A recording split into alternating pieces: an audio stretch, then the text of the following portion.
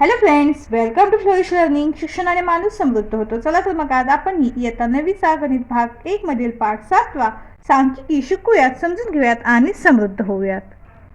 तर आज आपण या व्हिडिओमध्ये सराव संच 7.5 पाहणार आहोत. तर या आधील व्हिडिओमध्ये आपण सराव संच 7.5 मधील उदाहरण 1 ते 7 पर्यंतची उदाहरणे आपण पाहिलेली आहेत. तर आज आपण उदाहरण 8 ते 14 पर्यंतची उदाहरणे सोडून पाहणार आहोत. तर 8वा प्रश्न पाहूयात आपण. येथे 10 प्राप्तांक चढत्या क्रमाने मांडलेले आहेत. जर त्यांचा मध्यक 11 आहे तर x ची किंमत काढा. तर आपल्याला जे प्राप्तांक दिलेले आहेत ते आधीच चढत्या क्रमाने ते मांडलेले आहेत आणि आपला n किती आहे ते सुद्धा आपल्याला इथे दिलेलं आहे. तर किती आहे? n आपला 10 आहे. ते 10 प्राप्तांक आहे ते. तर आपल्याला x + 1 x + 3 अशी दोन आपले प्राप्तांक आहेत. आपल्याला ते x ची किंमत काढायची आहे. मध्यक आपल्याला तिथे दिलेलं आहे. तर दिलेल्या आपल्याला या माहितीवरून आपल्याला x ची किंमत काढायची आहे. तर दिलेले प्राप्तांक चढत्या क्रमाने मांडलेले आहेत. ते आपल्याला प्रश्नामध्ये सुद्धा आपल्याला ते सांगितलेलं आहे आणि आपल्याला n सुद्धा किती आहे तो आपल्याला आधीच सांगितलेला आहे. n किती आपला 10 आहे. तर आपल्याला दिलेली माहितीच आपण इथे काय केली, लिहून घेतलेली आहे. तर 10 ही काय आहे तर समसंख्या आहे. म्हणून मध्यक काढताना n ही समसंख्या असल्याने चढत्या क्रमात मांडलेल्या संख्यांपैकी n/2 व n+1/2 या संख्यांची सरासरी घेऊ. ज्यावेळेला n जी आहे एकूण संख्या जी आहे ही समसंख्या असते. हा जो n आहे जो समसंख्या असतो त्यावेळेला आपल्याला त्याची n/2 व n+1/2 या संख्येची सरासरी घ्यावी लागते मध्यक काढण्यासाठी. मग आता इथे आपला काय होईल, n/2 म्हणजेच काय होईल 10/2 बरोबर काय होईल, त्याला 2 ने 10ला भाग देऊयात, काय मिळेल आपल्याला 5 मिळेल. म्हणजेच काय 5वी संख्या. आता ते दिलेल्या संख्यांमध्ये 5वी संख्या काय आहे तर x + 1 आहे.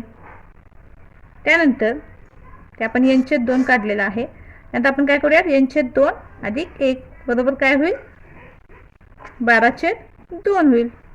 पुन्हा 2 ने 12ला भाग देऊयात, काय होईल 6 येईल. म्हणून काय होईल 6वी संख्या. 6वी संख्या कुठली आहे ते तर x + 3 आहे. तर आपल्या इथे 5वी संख्या x + 1 आणि 6वी संख्या x + 3 आहे आपल्या दिलेल्या संख्यांच्या चढत्या क्रमामध्ये. म्हणून मध्यक बरोबर काय होईल, आता मध्यक बरोबर हे x + 1 + x + 3 भागिले 2.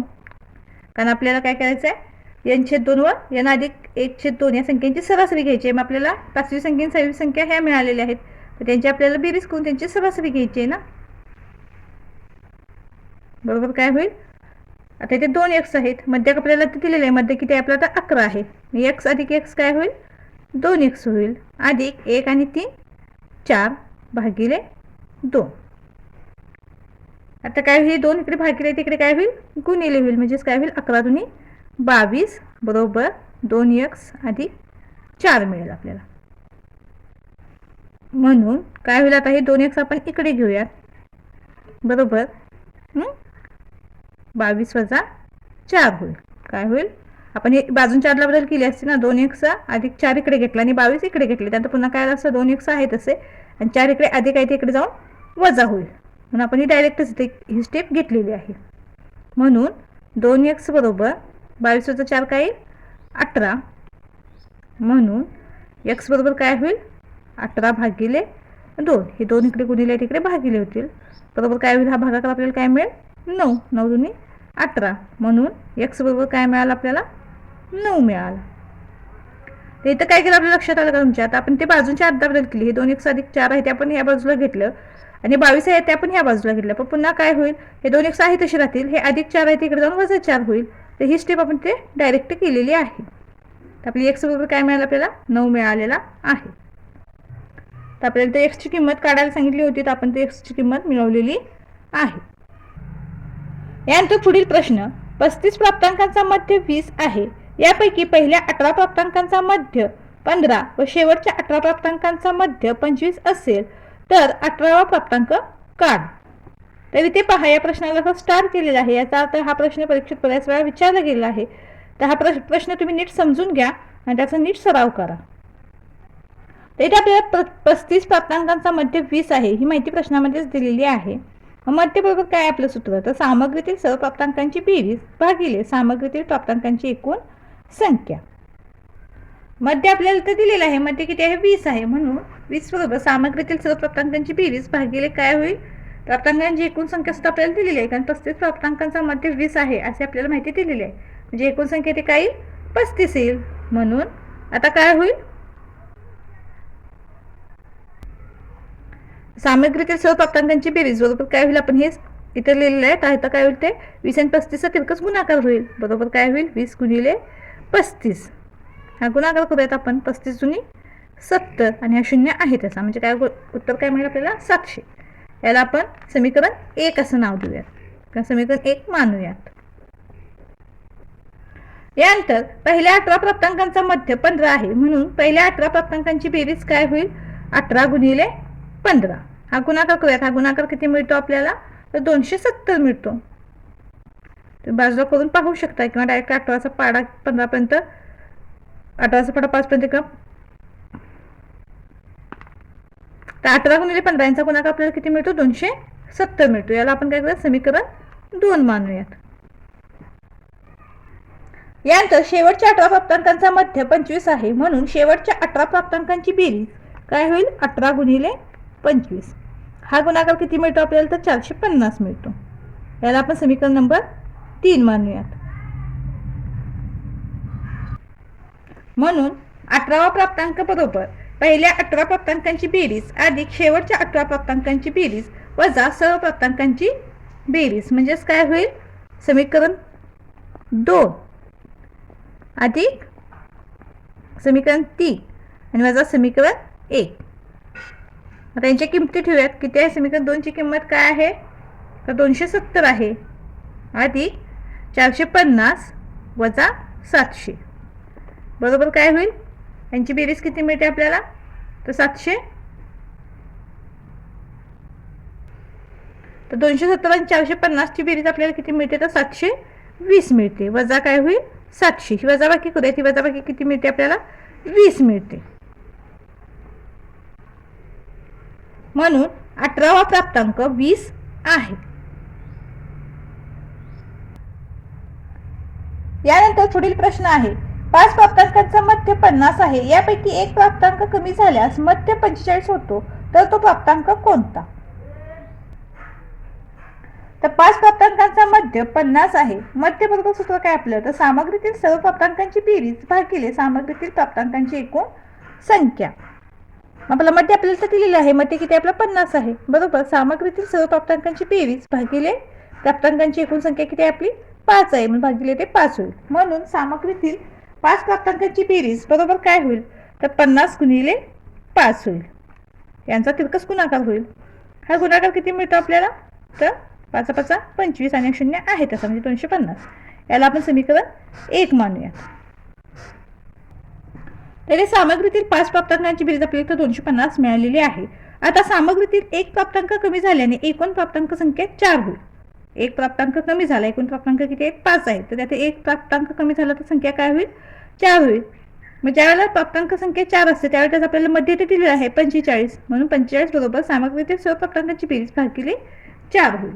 म्हणून सामग्रीतील 4 प्राप्तांकांची बेरीज बरोबर काय होईल, याचा आणि याचा तिरकस गुणाकार होईल, 45 गुणिले 4. हा गुणाकार करूयात, हा गुणाकार किती मिळतो आपल्याला, तर 180 मिळतो. याला आपण समीकरण नंबर 2 मानूयात. म्हणून कमी झालेला प्राप्तांक बरोबर सामग्रीतील 5 प्राप्तांकांची बेरीज वजा सामग्रीतील 4 प्राप्तांकांची बेरीज. मग 5 प्राप्तांकांची बेरीज किती आहे, तर 250 आहे, वजा 180. यांची वजाबाकी करूया, याची वजाबाकी किती मिळते आपल्याला 70 मिळते. किती मिळते 70. म्हणून तो कमी झालेला प्राप्तांक 70 आहे. यानंतर पुढील प्रश्न आहे, एका वर्गात 40 विद्यार्थी असून त्यापैकी 15 मुले आहेत. एका परीक्षेत मुलग्यांना मिळालेल्या गुणांचा मध्य 33 व मुलींच्या गुणांचा मध्य 35 आहे. यावरून वर्गातील एकूण विद्यार्थ्यांना मिळालेल्या गुणांचा मध्य काढा. तर इथेच तो या प्रश्नाला असा स्टार केलेला आहे. हा प्रश्न तुम्ही नीट समजून घ्या आणि लक्षात ठेवा. तर वर्गात 40 पैकी 15 मुले आहेत, म्हणून वर्गातील मुलींची संख्या बरोबर काय होईल 40 वजा 15. ही वजाबाकी करूया, ती वजाबाकी किती मिळते 25.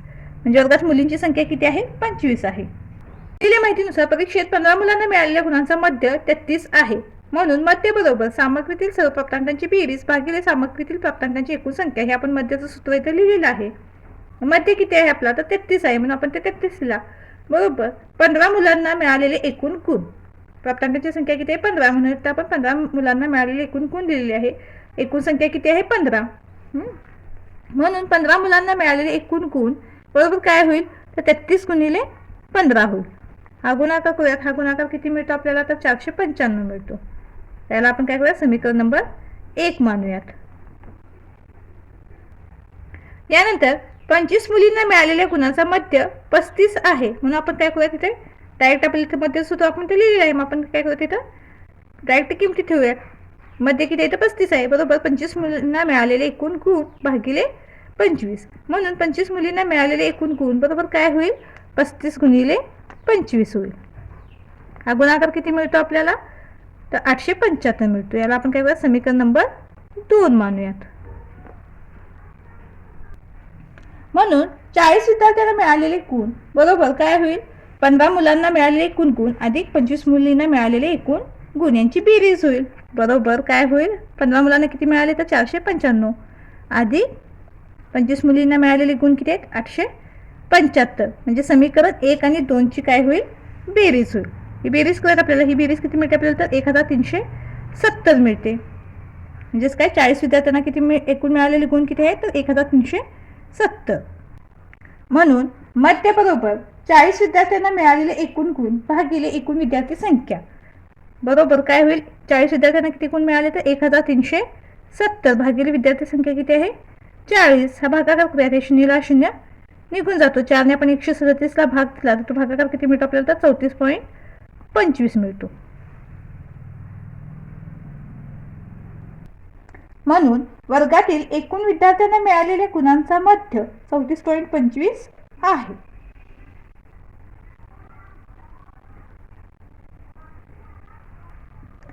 यानंतर पुढील प्रश्न.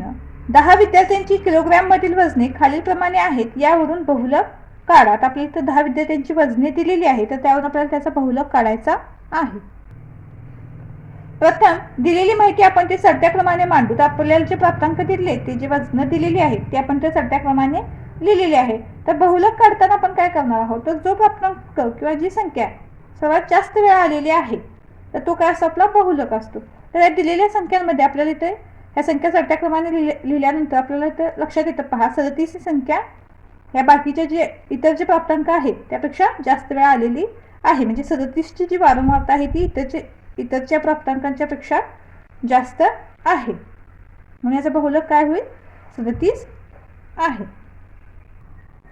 37 या प्राप्तांकाची वारंवारता सर्वात जास्त म्हणजे 4 आहे. तर 37 हा प्राप्तांक 4 वेळा इथं आलेला आहे. म्हणून बहुलक काय आहे? 37 आहे. यानंतर पुढील प्रश्न. खालील सारणीत काही कुटुंबातील 14 वर्षाखालील अपत्यांची संख्या दर्शवली आहे. यावरून 14 वर्षाखालील अपत्यांच्या संख्यांचा बहुलक काढा. तर अपत्यांची संख्या आपल्याला दिलेली आहे आणि कुटुंबी वारंवारता ही आपल्याला दिलेली आहे. तर ह्या दिलेल्या माहितीवरून आपल्याला इथे काय करायचं आहे? संख्यांचा अपत्यांच्या संख्येचा बहुलक काढायचा आहे. अपत्यांची संख्या किती आहे? तर 1 आहे. त्यावेळेला कुटुंबी किती आहेत? 15 आहेत. 2 अपत्य असलेली 25 आहेत. 3 अपत्य असलेली 5 आहेत आणि 4 अपत्य असलेली 5 कुटुंबे आहेत. अपत्य म्हणजे काय? मुले. म्हणजे 1 मूल असलेली, 2 मुले असलेली, 3 मुले असलेली, 4 मुले असलेली अशी कुटुंब संख्या किती आहे आपल्याला इथे दिलेली आहे. ते तर 2 मुले असलेली कुटुंब संख्या आपल्याला जास्त असते. तर 25 आहे. म्हणजे याचा बहुलक काय आहे? 2 आहे. अपत्यांचा बहुलक काढायचा आपल्याला, कुटुंबांचा नाही. म्हणून अपत्यांचा संख्यांचा बहुलक काय आहे? 2 आहे. तर 2 या प्राप्तांकांची वारंवारता सर्वात जास्त म्हणजे 25 आहे. म्हणून अपत्यांच्या संख्येचा बहुलक 2 आहे. यानंतर पुढील प्रश्न आहे. खालील सामग्रीचा बहुलक काढा. तर आपल्याला इथे प्राप्तांक हे गुण आहेत आणि विद्यार्थी संख्या. तर 35 गुण मिळवणारे 9 आहेत. 36 गुण मिळवणारे 7 आहेत. 37 गुण मिळवणारे 9 आहेत. 38 गुण मिळवणारे 4 आहेत. 39 गुण मिळवणारे 4 आहेत आणि 40 गुण मिळवणारे 2 आहेत. तर यांचा आपल्याला बहुलक काढायचा आहे. तर इथे पहा 35 गुण मिळवणारे आणि 37 गुण मिळवणारे विद्यार्थ्यांची संख्या इथे जास्त आहे. म्हणजे याचा विद्यार्थी संख्या जी आहे ती काय आहे? इतर विद्यार्थ्यांच्या संख्येपेक्षा जास्त आहे. ते 9 आणि 9 आहे. म्हणून इथे बहुलक काय येईल? 35 आणि 37 येईल. 35 व 37 या प्राप्तांकांची वारंवारता सर्वात जास्त म्हणजे 9 आहे. म्हणून बहुलक 35 गुण व 37 गुण आहे. तर अशा प्रकारे आपला सराव संच पूर्ण झालेला आहे. व्हिडिओ आवडल्यास चॅनलला लाईक शेअर सबस्क्राईब नक्की करा आणि हो कमेंट सुद्धा नक्की करा. धन्यवाद.